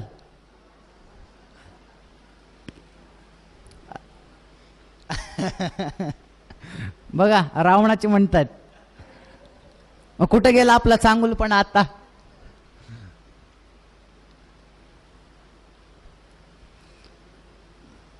माणूस हा पूर्णपणे चांगला पण नाही, माणूस हा पूर्णपणे वाईट पण नाही. मग काही ना काही जर चुका होत असतील, मग सगळ्याला नरक आहेत का? शुकाचार्यांनी सांगितलं तसं नाहीये.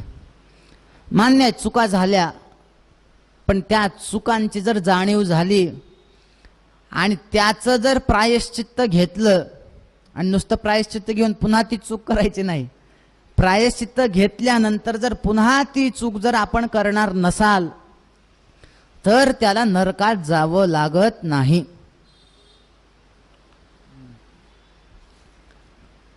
म्हणे हो, म्हणे हो. नाही असं नका सांगू की ज्यांनी चुका केल्यात पण ज्यांनी प्रायश्चित्त घेतलंय आणि मुक्त झालाय, असं कोणाचं चरित्र आहे का सांगा. आणि मग शुकाचार्यांनी जे चरित्र सांगितलं ते म्हणजे अजामिळाचं.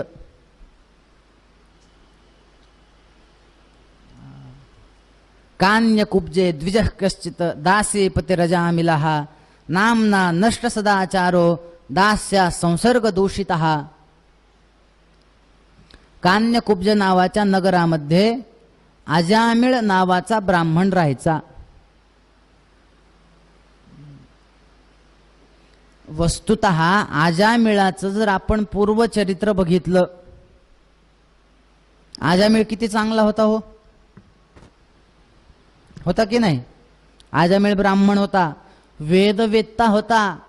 म्हणजे दररोज यज्ञ केल्याशिवाय एक अन्नाचा घास खायचा नाही. वैश्वदेव दररोज करायचा.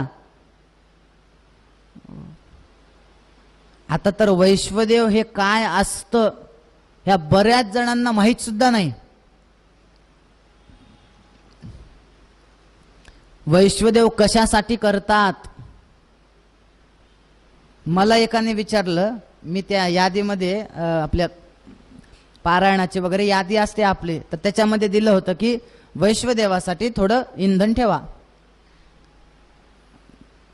त्या माणसाने जसा काय मोठा कुठला सोमयाग करायचा आहे एवढं इंधन आणून ठेवलं. म्हणलं कशासाठी? नाही ते आपल्याला दररोज हवन करायचं ना. म्हणलं भागवताच्या पारायणात आत्ता कुठलं हवन? नाही नाही, ते आपलं पारायण संपल्यानंतर जेवण्याच्या आधी हवन आहे ना. अरे बाबा, म्हणलं ते वैश्वदेवाला लागतं किती इंधन. वैश्वदेव काय आहे? वैश्वदेव कशासाठी आहे? वैश्वदेवाचा संकल्प काय आहे? कशासाठी आहे? पंचसूना जनित दोष परिहारार्थम सायं प्रातर वैश्वदेव सहतंत्रेण करिष्ये. ठीक आहे, सहतंत्रेण का होईना पण एकदा तरी करावा. धान्यामध्ये, अन्नामध्ये काहीतरी दोष असतात. तसंच जर खाल्लं तर काय ते सगळे आपल्यामध्ये येतील. मग अन्न जसं खाईल तसं आपल्या माणसाची बुद्धी होत असते. मग त्याच्यासाठी वैश्वदेव केला पाहिजे. ते अजामिळ दररोज वैश्वदेव करायचा, दररोज. एके दिवशी वडिलांनी सांगितलं, वनामध्ये जा, यज्ञासाठी लाकडं घेऊन ये. वनात गेला आणि वनात गेल्यानंतर त्यांनी लाकडं गोळा करताना एक दृश्य बघितलं. दासीला बघितलं आणि तो तिथंच सगळं विसरून गेला. आपण कोण आहेत, कशासाठी आलोय? माणसाला वर यायला वेळ लागतो का खाली जायला? डोंगर चढायला वेळ लागतो का डोंगर उतरायला? खाली यायला वेळ लागत नाही. तुम्हाला चांगलं म्हणण्यासाठी फार दिवस जावे लागतात, पण वाईट लगेच. जगद्गुरु शंकराचार्यांनी विवेक चूडामणीमध्ये एक फार सुंदर श्लोक टाकलाय.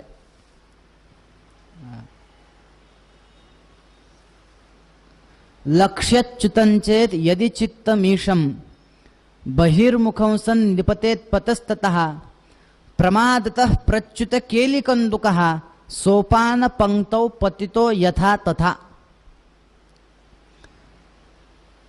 आता इथं पायऱ्या आहेत की नाही, आपण वर येतो, एक कृती करून बघायची. त्या पायऱ्यात, ते जे पायऱ्या आहेत, एक चेंडू सोडायचा, बॉल. त्याला खाली जायला वेळ लागतो. त्या बॉलला कसा जातो? पटपट पटपट पटपट खाली जातो की नाही? तसं म्हणे, लक्ष्यच्युतंचेत यदि चित्तमीशम. माणसाचं मन जर त्या लक्ष्यापासून बाजूला गेलं, कसा घरंगळत खाली येईल. काही काहीचं चरित्र असतं बघा. चांगला होतो पूर्वी माणूस, काय झालं की काय नाही की कोणाच्या संगतीत आला की आणि व्यसनाच्या आहारी गेला, म्हणतो की नाही आपण. आजामिळाचं तसंच झालं. सगळं चांगलं होतं, वनामध्ये त्या वेश्येला बघितलं, मन बिघडलं. तिला जाऊन विचारलं, तू माझ्यासोबत राहणार का?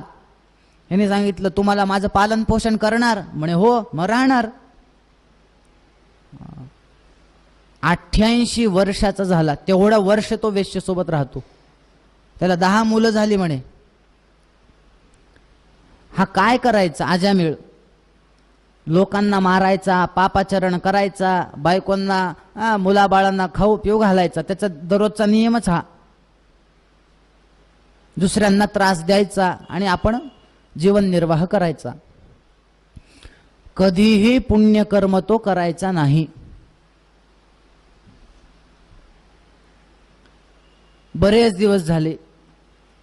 एके दिवशी असं झालं की आजामिळ घरी नसताना त्यांच्या घरी काही साधू आले. साधूंनी विचारलं, आम्हाला जेवायला द्याल का? त्या आजामिळाच्या पत्नीने म्हणजे दासीने सांगितलं, मी जेवायला तर देते, पण तुम्हाला लवकर जेवता येतं का?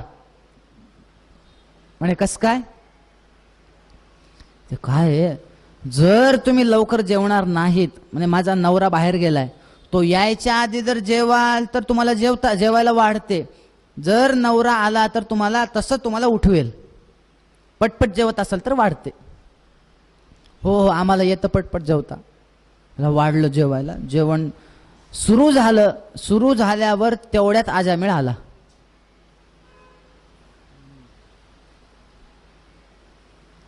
बहुतेक आजामिळ हा नैयायिक होता.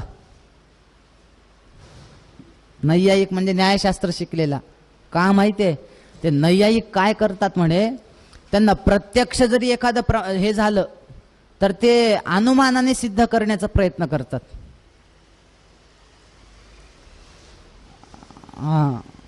नैयायिकांचा अनुमान माहितीये का तुम्हाला? बर मला एक सांगा, साधा प्रश्न आहे बरं, बरोबर उत्तर कोण देते बघू. जिथे जिथे धूर तिथे तिथे अग्नी, का जिथे जिथे अग्नी तिथे तिथे धूर? करा बरं विचार आता.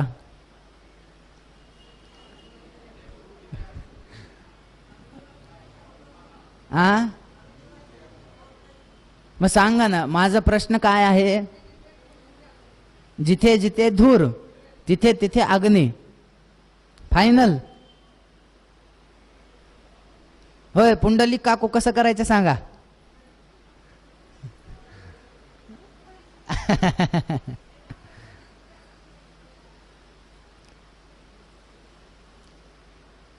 आमच्या सबनीस गुरुजींनी पण जे उत्तर दिले ते बरोबर आहे बरं.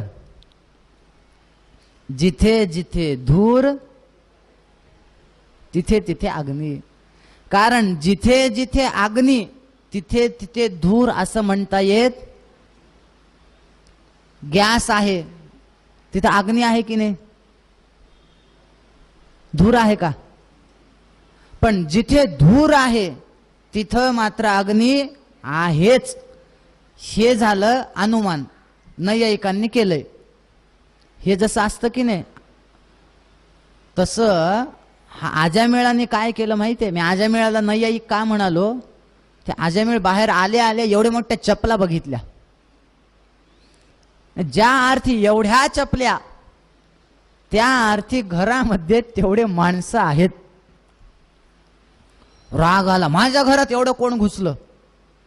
त्यातल्या त्यात वारकऱ्यांचे ते टाळ चिपळ्या मृदंग पताके बघितले, असं राग आला. गेला, बायकोने बघितलं, तिने सांगितलं, हे बघा तुमच्या पाया पडते, काय बोलायचे ते नंतर मला बोला, ह्यांना उठवू नका, जेवू द्यात. ठीक आहे ठीक आहे. जेवण झालं. आता जेवण झाल्यावर त्या साधूंनी मुकाट्याने जावं की नाही?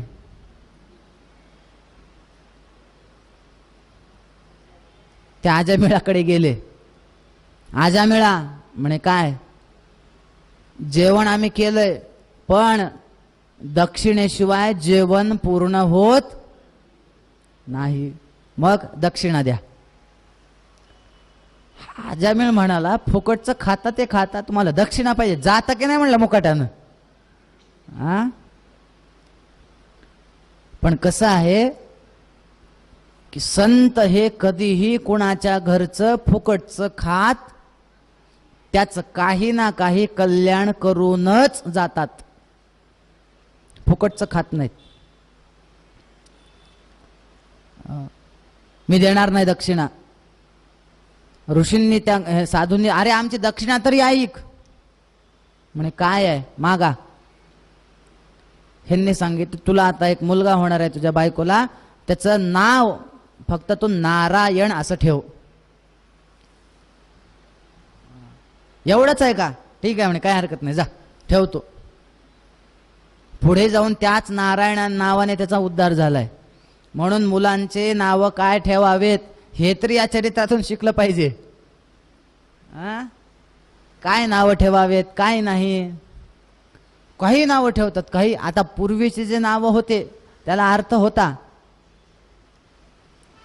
आता तर एक नवीन फॅशन निघाली म्हणे.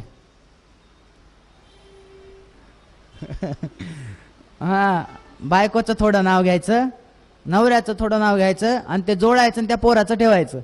त्या नावाला अर्थ आहे नाही काही नाही.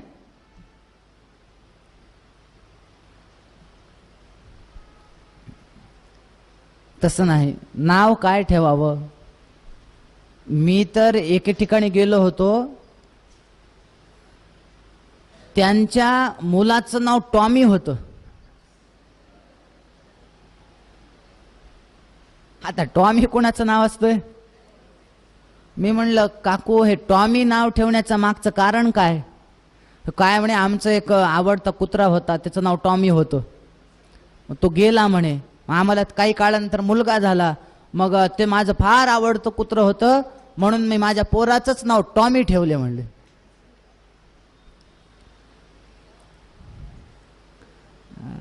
म्हणजे आजामेळाच्या चरित्रातून आपण एवढं तरी शिकावं की आपल्याला मुलगा काय झाल्यानंतर काय नावं ठेवावीत. देवाचं नाव ठेवलं, पोराला बोलवण्याच्या का ह्याच्यात आपल्याकडून मुखातून देवाचं नाव निघेल, काय हरकत नाही, जा ठेवतो नारायण नाव. तर ऋषी गेले, मुलगा झाला, त्याचं नाव ठेवलं नारायण.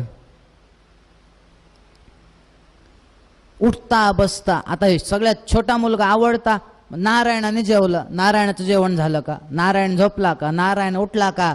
नारायण कुठे गेलाय? नारायण खेळून आला का? नारायण शाळेतून आला का? उठता बसता नारायण. बघता बघता त्याचा प्राण जाण्याची वेळ जवळ आली आणि मरायला टेकला. तेवढ्यामध्ये 3 यमदूत त्याला घेण्यासाठी आले. त्याला घेऊन जाणार, प्राण खेचणार. तेवढ्यात तिथे 4 देवदूत आले. ह्यांनी सांगितलं, अजिबात घेऊन जायचं नाही याला. देवदूत म्हणाले घेऊन जायचं नाही. विष्णुदूतांनी अडवलं, घेऊन जायचं नाही म्हणे. का बरं? हा पापी आहे अजामिळ, आम्ही घेऊन जाणार. विष्णुदूतांनी सांगितलं हा जरी पापी असेल पण मरताना यांनी अंत्यकाळी नारायण अशी हाक मारली. ते यमदूताला बघितल्यानंतर अजामिळ काय म्हणाला? नारायणा अशी हाक मारली. कोणाला? मुलाला हाक मारली. यमदूतांनी सांगितलं मान्य आहे, हा नारायण म्हणालाय, पण तुमच्या देवाचं नाव घेतलं नाही आणि ह्याने याच्या मुलाला हाक मारली, म्हणून आम्ही याला घेऊन जाणार नरकात. विष्णुदूत म्हणाले मला एक सांगा, याच्यावरून आमच्या देवाचं नाव पडलंय का त्या देवावरून ह्याचं नाव? आधी कोण आहे ते सांगा म्हणले. तुमचा देव. हा मग म्हणजे नाही, आम्ही ह्याने आमच्या मालकाचं नाव घेतलं, आम्ही ह्याला घेऊन जाणार वैकुंठात. तो काय करावं? ह्याने पाप केलंय फार. नाही आम्ही घेऊन जाणार. विष्णुदूतांनी सांगितलं घेऊन जाऊ देणार नाहीत. तुम्हाला धर्म माहितीये का? यमदूतांनी सांगितलं माहितीये. काय धर्माची व्याख्या? धर्माच्या अनेक व्याख्या आहेत. धारणात धर्ममित्याहु धर्मोधारयते प्रजा आपल्या महाभारतातली आहे. त्याच्यानंतर धरते लोकान ध्रियते पुण्यात्मभिः इति वा धर्मः. धर्म म्हणजे काय? ध्रियते पुण्यात्मभिः इति वा धर्मः. मी एक वाक्य सांगतो बघा, पटतंय का? संत हे धर्माने वागत नाहीत. पटतंय का हो? नाही ना. संत हे धर्माने वागत नाहीत. चूक आहे ना. आता पुढचं आहे का? संत धर्माने वागत नाहीत, पण संत जे वागतात तो धर्म आहे. म्हणजे काय झालं? ध्रियते पुण्यात्मभिः इति वा धर्मः. संत ज्याचं आचरण करतात तो धर्म. धर्माच्या अनेक व्याख्या आहेत. या यमदूतांनी सांगितलं, मी सांगतो धर्म म्हणजे काय. वेद प्रणिहितो धर्मः अधर्मस्तद विपर्ययः. वेद जे करायला सांगेल तो धर्म, वेद जे करू नका म्हणतोय तो अधर्म. विष्णुदूतांनी सांगितलं बरोबर आहे व्याख्या. बरोबर आहे तर वेदांनी सांगितलंय का पापाचरण करा?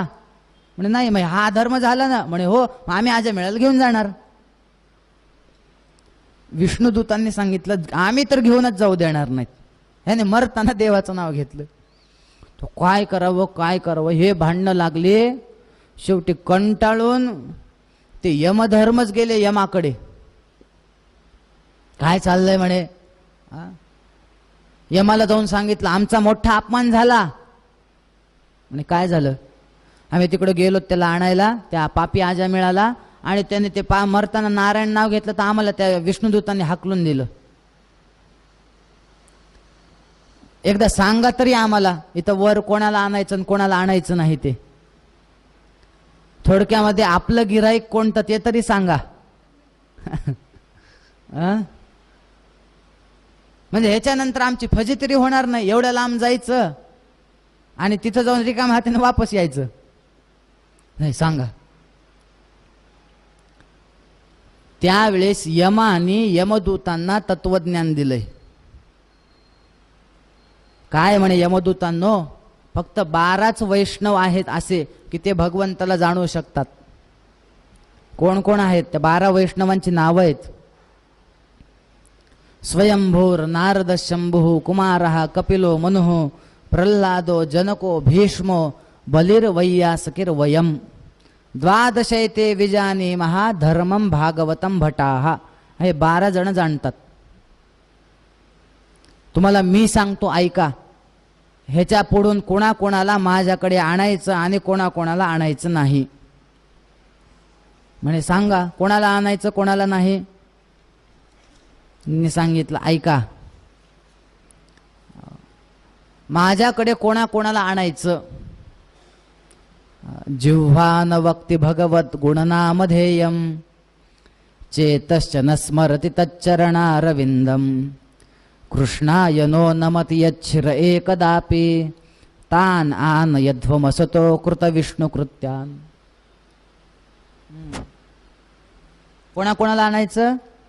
पहिल्यांदा सांगितलं जिह्वान वक्ति भगवत गुणनामधेयम, ज्याची जीभ भगवंताच्या नामाचा उच्चार करत नाही, आणा म्हणले माझ्याकडे. जो धर्माने वागत नाही, आणा माझ्याकडे. लोकांना आपल्या धर्मानुसार वागण्याची लाज वाटते. बऱ्याच जणांना धोतर नेसायची पण लाज वाटते. हिंदूंना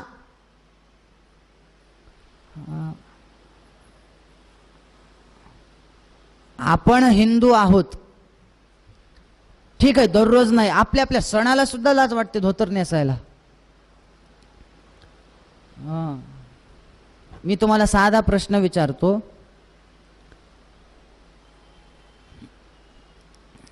आपण आपल्या धर्मासारखं वागण्यासाठी लाजावं का? कपाळाला कुंकू लावण्याची सुद्धा बऱ्याच जणांना लाज वाटते. म्हणून पूज्य आप्पा वरदानंद भारती म्हणतात म्हणे की आता बस झालं, गर्व से कहो हम हिंदू है. खूप दिवस झाले आता गर्व से कहो हम हिंदू है. आता गर्व से दिखावो हम हिंदू है. दाखवलं पाहिजे की आपण हिंदू आहोत. मी असं ऐकलंय की काही तिथे जेव्हा पूज्य आप्पा वरदानंद भारती आयुर्वेदाचे मोठे डॉक्टर, पुण्याला ते मोठे ते आयुर्वेदात, तर तिथं ते डॉक्टरांनी सांगितलं म्हणे ते ऑपरेशन थिएटरमध्ये तुम्ही यायचं नाही म्हणे. का बरं? ते धोतर वगैरे तुम्ही नेसता, चालत नाही, सगळं आम्हाला शुद्धता लागते म्हणे. धोतर अजिबात धोत्रावर यायचं नाही. आप्पा म्हणाले मला एक सांगा, तुम्ही पॅन्ट घालता म्हणे? हो. खरं खरं सांगायचं, पॅन्ट आपण रोज धुतो का? नाही ना. कमीत कमी 2 ते 3 दिवसाला एकदा आपण पॅन्ट धुतो. म्हणे तुम्ही पॅन्ट 2-3 दिवसाला धुता, आम्ही आमचे धोत्र रोज धुतो. पवित्र तुम्ही की आम्ही? आम्हाला मध्ये येऊ देत नाहीत का तुम्ही? कॉलेजमध्ये जायला तुम्हाला खोटं वाटेल, मी माझं 10वी 12वी BA चे 3 वर्ष, MA चे 2 वर्ष सगळं धोत्रावर गेलेलं आहे. अजिबात मला कधी वाटलं नाही की धोत्रावर गेल्यानंतर वर्गातले काय म्हणतील. अजिबात नाही. उलट मला तर कधी कधी त्या धोत्राचा फायदा व्हायचा. ते पेपरमध्ये ते तपासायला येतात बघा स्क्वॉड वगैरे, ते माझ्याजवळ आले की मला तपासायचं जाऊच द्या, ते जवळ महाराज दिसतात म्हणून पाया पडून निघून जायचे. ह्याचा अर्थ मी कधी चिठ्ठ्या नेल्या नाहीत काय, त्याचा फायदा घेतला नाही. पण आपल्या धर्मानुसार वागण्यासाठी आपल्याला लाज वाटता कामा नये. जो धर्माने वागत नाही ना, आणा म्हणले माझ्याकडे. चेतश्च न स्मरति चरणारविंदम, ज्याचं मस्तक कधीच भगवंता पुढे लीन होत नाही, आणा माझ्याकडे. कोणाला आणायचं नाही? ज्याच्या मुखामध्ये भगवत नाम आहे असं समजा की त्याच्या शरीरावर माझा शिक्का आहे. त्याला आणणं तर जाऊ द्या, त्यांच्याकडे बघूच नका म्हणले तुम्ही. आणि ह्या यमदूतांचा किंवा ते खाली यम आणि विष्णुदूतांचा सगळा संवाद चालू असताना त्या आजामेळाने बघितलं. त्याला मग लक्षात आलं आपण किती मोठी चूक केली.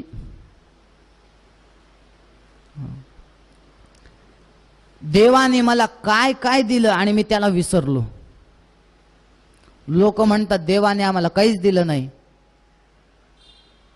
मी तुम्हाला प्रश्न विचारतो, आता इथं बरेच जण डॉक्टर पण असतील श्रोत्यांमध्ये, एका डोळ्याची किंमत किती? देवाने 2 डोळे दिलेत, 2 कान दिलेत, पाय दिलेत, हात दिलेत. एका हृदयाची किंमत, मेंदूची किंमत,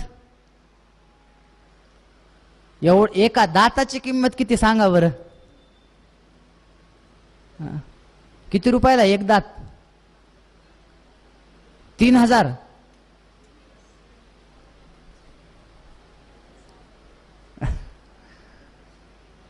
बत्तीस दात आहेत. किती किंमत होईल सगळ्या दातांची? बघा, आकडा सांगितला 3.5 लाख म्हणे. एवढं देवाने दिलंय. डोळ्याने बघतो ध्वनी परिसतो, कानी पदी चालतो, जिव्हेने रस चाखतो मधुरही, वाचे आम्ही बोलतो, हाताने बहुसाल काम करीतो, विश्रांती घ्यावया घेतो झोप, सुखे फिरून उठतो, ही ईश्वराची दया.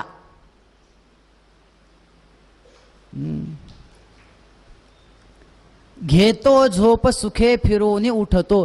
झोपल्यानंतर कोणी सांगा बरं, झोपताना मी तुम्हाला 101% लिहून देतो की मी झोपल्यानंतर उद्या सकाळी उठणारच आहे, सांगता येईल का कोणाला? तुम्ही किती खाली धावपळ करा, देवाच्या हातात एक बटन आहे. आपल्याला जर थंडी वाजली की आपण एसीचं बटन बंद करतो की नाही? देवाच्या जर मनात आलं, तुम्ही किती पळा म्हणले, एक बटन दाबलं, जागच्या जागे स्टॉप. आजा मिळाला वाईट वाटलं, अरे मी हे काय केलं. त्या भगवंताला विचारला, एवढा दयाळू असणारा भगवंत, माझ्या मुलाचं नाव घेतलं, पण आपल्या नावाचं तादात्म्य करून मला ज्याने मुक्त केलं त्याला मी विसरलो. मग आता काय करायचं? भागवतात असं नाहीये की आजा मी तिथंच मुक्त झाला. त्याने प्रायश्चित्त घेतलंय, वनात गेलाय, तप केलंय आणि मग मुक्त झालाय. एवढं या नामस्मरणाचं महत्व आहे. मग तुम्ही नाम मुद्दावून घ्या, नाही चुकून घ्या, पण त्याचं महत्व आहे. मला सांगा, आता आरती आपण करतो, कर्पूर गौरम म्हणतो, ते कापूर लावलं, लक्ष नसताना चुकून जर हाताला स्पर्श झाला, आपण असं म्हणावं का माझं लक्षच नव्हतं, मला अग्नी कसं काय पोळला? दाहकत्व हा अग्नीचा धर्म आहे. त्याचा स्पर्श चुकून होऊ द्यात, न लक्ष असताना कसंही होऊ द्यात, ते जसं तुम्हाला पोळणारच आहे, तसं नाम मनातून घ्या किंवा कसंही घ्या, ते नाम तुम्हाला तारणारच आहे.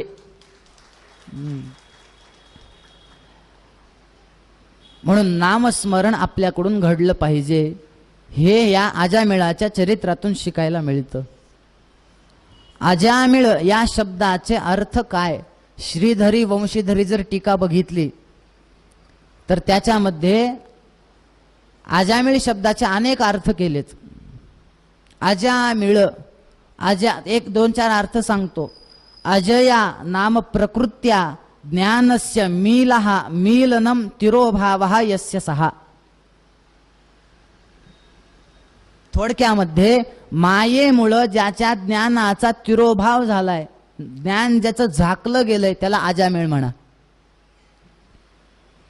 किंवा अजात नाम हरेः पूर्व पुण्य संपन्न ज्ञानस्य आमीलः उन्मीलनम यस्य सहा.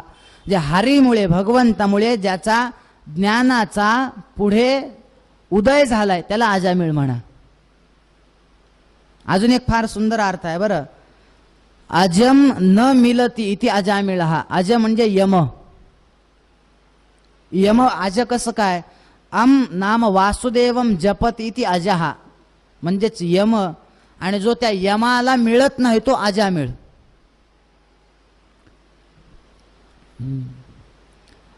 असं म्हणतात की हे अजामिळाचं जो कोणी चरित्र ऐकेल आणि ऐकल्यानंतर त्याच्याप्रमाणे जो वागेल, त्याला शेवटी भगवंताचं स्मरण होतं. 6 स्कंदामध्ये अजामिळाचं चरित्र सांगितलं. परीक्षित राजाने विचारलं, शुकाचार्य कृपा करा आणि मला एक सांगा की ते हिरण्याक्ष आणि हिरण्यकशिपू 2 भाऊ जे जन्माला आले होते, वराह अवतार घेतल्यानंतर त्या हिरण्याक्षाचा ज्यांनी वध केला, असे भगवान वराह, ते हिरण्याक्ष मेला ठीक आहे, तो दुसरा भाऊ जो होता हिरण्यकशिपू त्याला कोणी मारलं? म्हणे त्याला साक्षात नरसिंहांनी मारलं. तो नरसिंह कोण आहेत, कसा अवतार घेतला? त्या मी असं ऐकलंय हिरण्याक्षाच्या मुला त्या हिरण्यकशिपूने प्रल्हादाला फार त्रास दिलाय. तो प्रल्हाद कोण आहे ते सांगा. त्यानंतर कोणत्या मन्वंतरामध्ये भगवंत कोणता अवतार घेतात ते सांगा. मग ते एका मन्वंतरामध्ये हरी अवतार आहे, एका मन्वंतरामध्ये समुद्र मंथन झालेलं आहे, एका मन्वंतरामध्ये वामन अवतार आहे. कृपा करा ते सगळे अवतार कसे झाले आणि आम्हाला सगळ्या अवतारांचंच पण चरित्र सांगा, सूर्यवंश पण सांगा आणि चंद्रवंश पण सांगा की ज्या वंशामध्ये साक्षात गोपाल कृष्ण जन्माला आले. म्हणे राजा तुझ्या सगळ्या प्रश्नाची मी उत्तरं देतो, फक्त ते उत्तर आपला ब्रेक झाल्यानंतर देतो म्हणाले. आता आपण एक थोडा ब्रेक घेऊयात आणि पुढचा भाग त्यानंतर सुरू करूयात. गोपाल कृष्ण भगवान की